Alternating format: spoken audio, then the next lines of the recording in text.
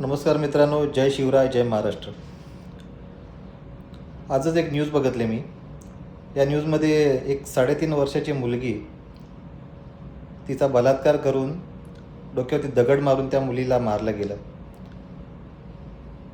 महाराष्ट्रामध्ये आणि देशामध्ये ह्या अशा अनेक घटना होत आहेत. गेल्या काही वर्षापासून आपण ऐकतो या घटना. तर सरकारला माझी एकच कळकळून विनंती आहे की या ज्या काही घटना होत आहेत आणि आता जी सध्या घटना घडली, त्या आरोपीला भर रस्त्यामध्ये नागडा करून त्याचा प्रायव्हेट पार्ट कापून त्याची गावभर वरात काढा आधी, आणि त्यानंतर त्याला फाशी द्या.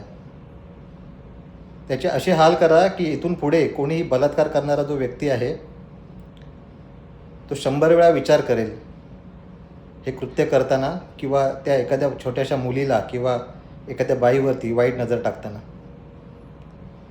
धन्यवाद.